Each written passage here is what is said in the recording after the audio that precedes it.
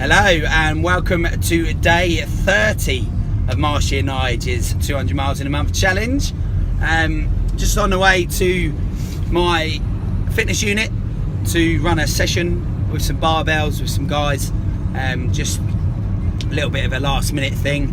Thought we'll go and train, why not? Just managed to get an email out last night, so hopefully a few of the guys will turn up and we'll have a bit of a barbell session.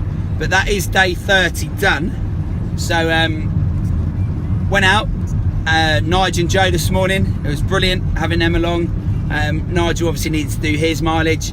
I believe he's just hit, I think it was 1,350 miles for the year in the process of today's run. So I mean, that is a complete win for him. That is a massive achievement to do that many miles in a year.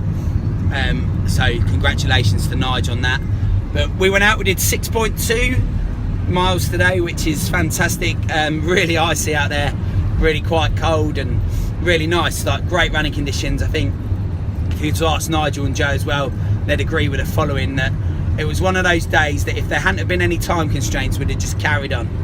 We'd have just carried on putting the world to rights, and we'd have just carried on running, because that's what running can give you sometimes. It can really give you that, it certainly gives me that sense of freedom, sense of clearing the head, and just a real kind of moment for yourself each time you go out, where you get to think about things and you get a little bit of perspective as well. And you know, a bit of a dodgy subject on today's vlog, but I just want to bring it up.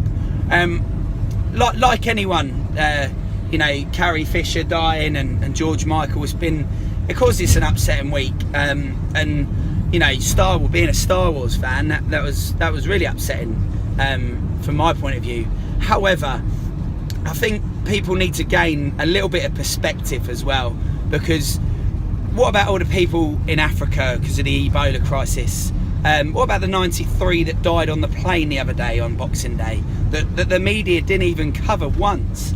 I think, you know, as people, we get caught up in this rat race of the world and what should be right and what we should say, but sometimes getting a bit of perspective is great. And I think running gives me that chance to get that perspective where you get some time to think about it. And although it's really sad, and you know, the musical legend has died this week, and you know, a great film star who, you know, she kind of defied certain principles, and it was brilliant, her kind of strong-willed character. But you know, it is a shame.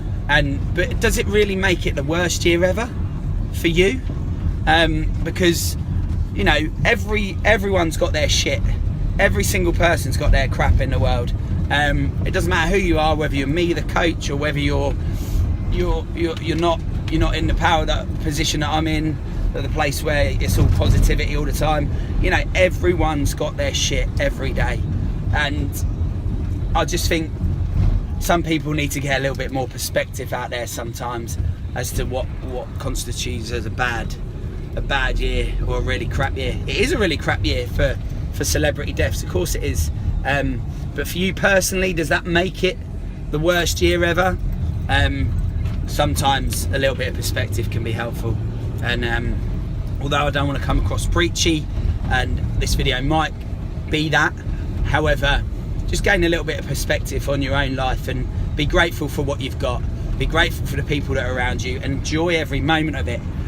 Really make sure you enjoy what you've got personally, and try and have some perspective moving forward into 2017. Anyway, bit of a long one, bit of a marshy rant, but boom, day 30 done. So we are done with day 30, and we will see you tomorrow, where we'll set the goals for 2017. Exciting times. Take care, bye bye.